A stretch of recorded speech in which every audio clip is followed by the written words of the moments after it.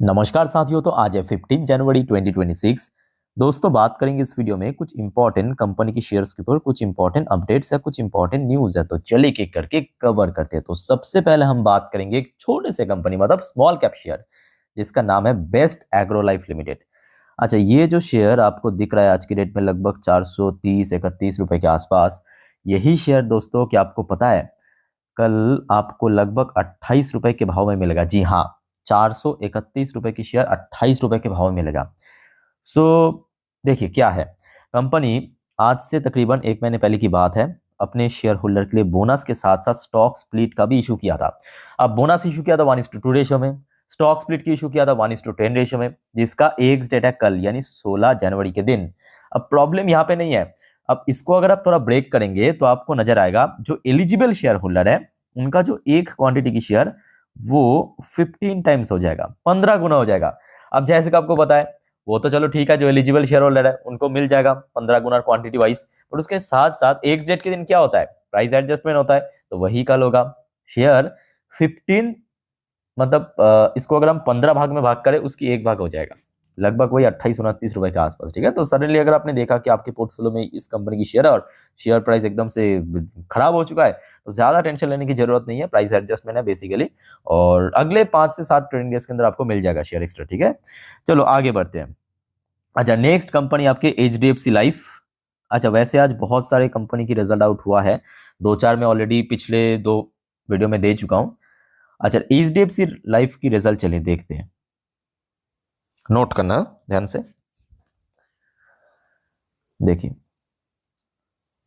अच्छा, HDFC life की पिछले साल दिसंबर 2024 में जो इनकम था टोटल 17,300 करोड़। इस बार इनकम बहुत बढ़िया ग्रो किया, 29,428 करोड़ रुपए पहुंच चुका है। तो मतलब ईयर ऑन ईयर बेस पे बहुत अच्छा जंप हुआ। Even quarter on quarter base पे भी कंपनी बहुत बढ़िया काम किया, 20,651 करोड़ से बढ़ के 29,428 करोड़ पे पहुंच चुका है। अब देखिए, इंश्योरेंस कंपनी में ना सिर्फ इनकम बनना बहुत बड़ी बात नहीं है, बड़ी बात क्या है कि एक्सपेंसेस को मैनेज करना। और इस बार कंपनी के एक्सपेंसेस भी इनकम के साथ साथ कुछ ज़्यादा ही रेट में बढ़ गया, 29,428 की इनकम और 29,157 की एक्सपेंसेस। तो आप समझ पा रहे हो कंपनी की जो मार्जिन है, ऑपरेशनल मार्जिन, वो एकदम 1% पे पहुंच चुका है, जो कि पिछले क्वार्टर में था 2% और पिछले साल फिर भी 3% में था। ठीक है, और जिस वजह से कंपनी की प्रॉफिट जो है एकदम खराब हो चुका है। प्रॉफिट कितना, 421 करोड़ से गिर के 418 करोड़ पे हो चुका है। इवन सिक्वेंशियली, मतलब आपके क्वार्टरली बेसिस पे 448 करोड़ से गिर के 418 करोड़ पे आ चुका है। यानी बोथ सेगमेंट पे कंपनी दोस्तों काफी वीक परफॉर्म किया है। तो कल HDFC लाइफ की शेयर को नजर रखना। देखिए, वैसे कंपनी खराब तो नहीं है, ऑब्वियसली काफी, मैं कहूँगा नीट सेक्टर, मतलब ऐसे सेक्टर में काम करते हैं जो कि आज की डेट में ऑब्वियसली काफी डिमांड है। इंश्योरेंस कंपनी, भारत की पॉपुलेशन जैसे जैसे बढ़ता जाएगा, इंश्योरेंस उतना ही इंपॉर्टेंट है ना।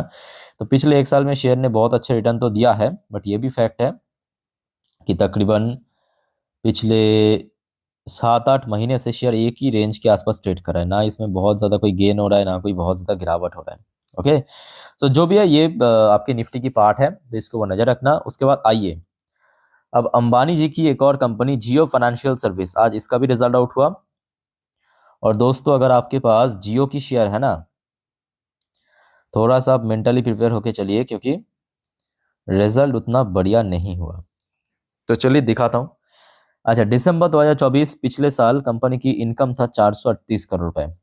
पिछले क्वार्टर मतलब सितंबर 2025 में क्वार्टर 2 में कंपनी की इनकम था 981 करोड़ रुपए।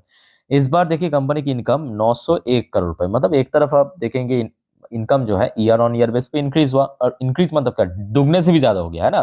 कहाँ 438 करोड़, कहाँ 901 करोड़, बट सिक्वेंशियली थोड़ा गिरावट भी हुआ। अब देखिए, ये मेन फैक्टर नहीं है। क्यों नहीं है? क्योंकि कंपनी की मार्जिन इस बार बहुत कम हो चुका है। सिर्फ 62% की मार्जिन पे कंपनी काम किया है।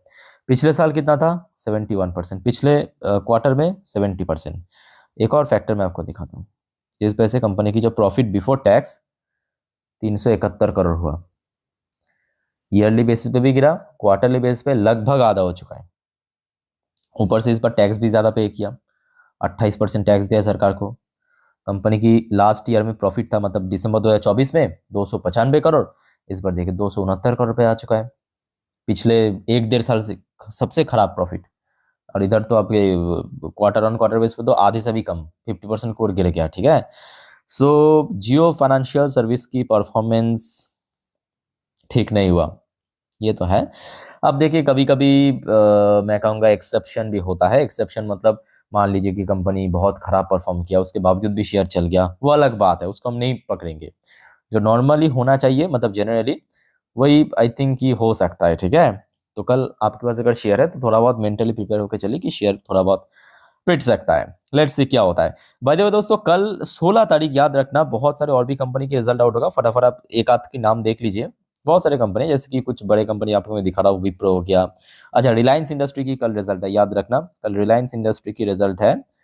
और पॉलीकैब हो गया, ओके, टेक महिंद्रा हो गया।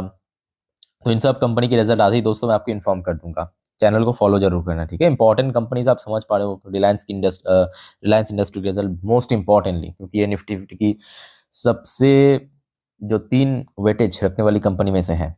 अच्छा, उसके बाद आ जाइए केन्स टेक्नोलॉजी। देखिए केन्स की शेयर पिछले 1 महीने से गिरावट चल रहा है। 6 महीने पे अगर हम बात करें, शेयर बहुत नीचे आ चुका है, ये एकदम मतलब कहूँगा मैं सही है। बट देखिए इसके ऊपर ऑलरेडी मैं काफ़ी बार वीडियो डाल चुका हूँ कि क्यों गिरावट हो रहा है, कहाँ तक गिर सकता है। अब देखिए अल्टीमेटली मार्केट के ऊपर कुछ भी नहीं है ना। अब शेयर गिरते गिरते एक ऐसे लेवल पे आ चुका है, मतलब मैं टेक्निकल व्यू से कह रहा हूँ, इसकी जो होता है ना, आपको अगर टेक्निकल नॉलेज है थोड़ा बहुत आपको पता होगा, वहाँ पे कुछ इंडिकेटर्स है।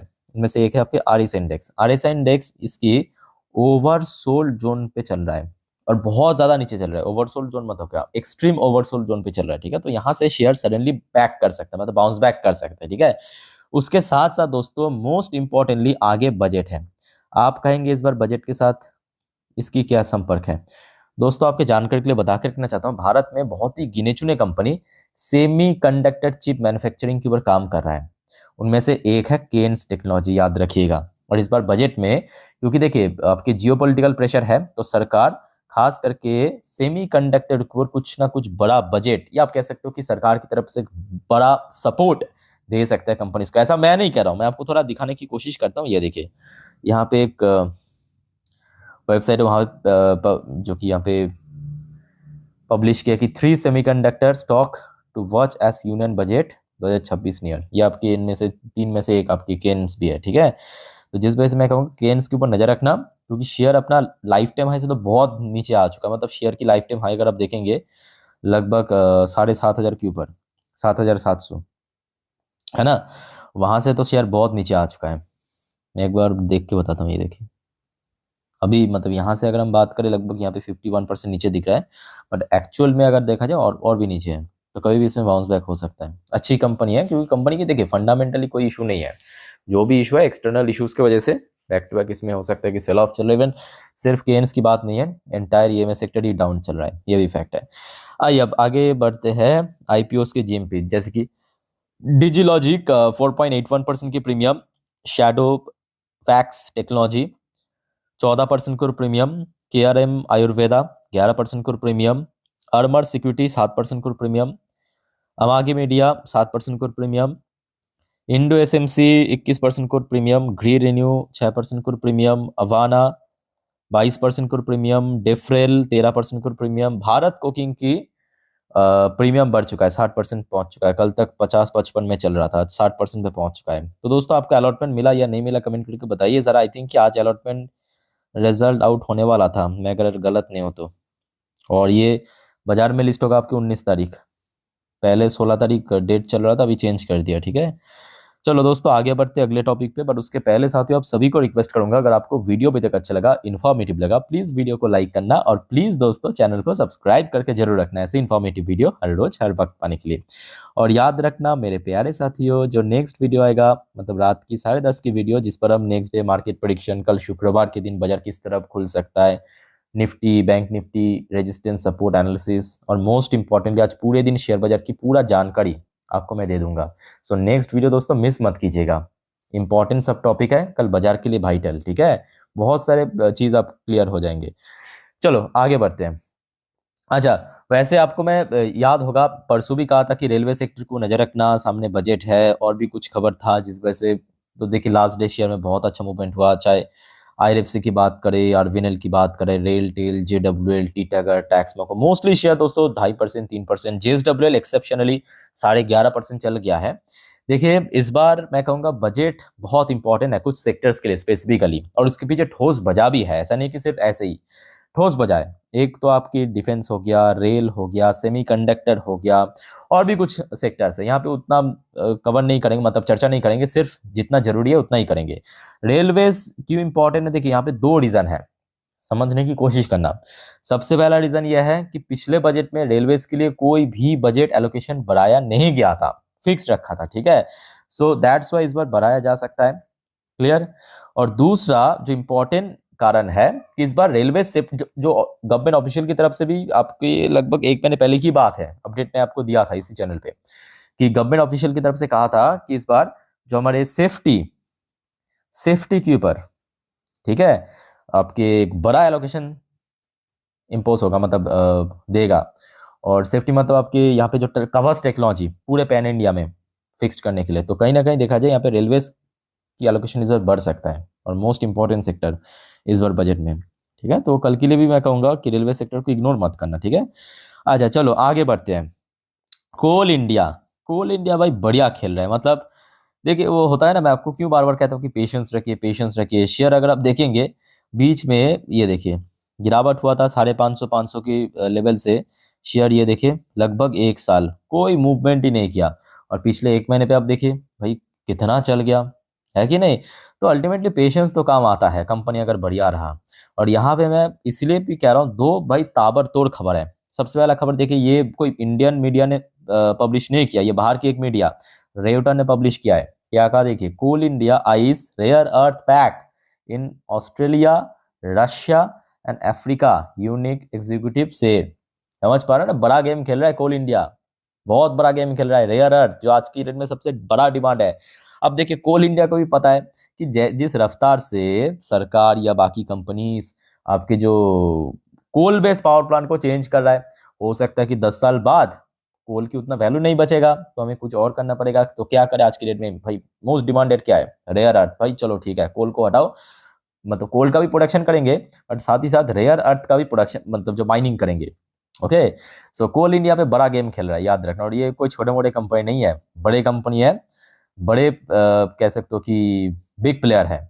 और अच्छा, यहाँ पे कोल प्रोडक्शन की जो बात ही हो रहा है, बीच में हमने देखा था आपके अक्टूबर नवंबर बहुत ही खराब था कोल प्रोडक्शन, है ना। बट दिसंबर पे इस बार देखिए, आज की अपडेट है, 3.5% पर ग्रो किया coal production, 3.6%। Domestic coal production accelerate 3.6%, all through year to date production slip marginally. Overall yearly अगर हम बात करें ड्रॉप हुआ है, बट दिसंबर दोस्तों इंक्रीज हो गया।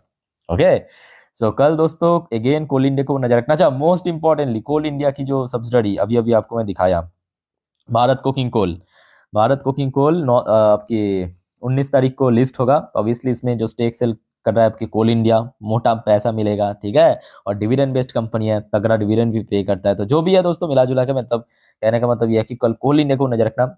एक्सीलेंट कंपनी फिर से अपना 52 हाई पे पहुंच सकता है, अभी भी लाइफ टाइम हाई जाना बाकी है। ओके, तो दोस्तों बाकी और कोई आपका डाउट या कंफ्यूजन है, कमेंट करके बताइए। इस वीडियो को वाइंड अप करता हूँ। टेक केयर, बाय बाय, जय हिंद।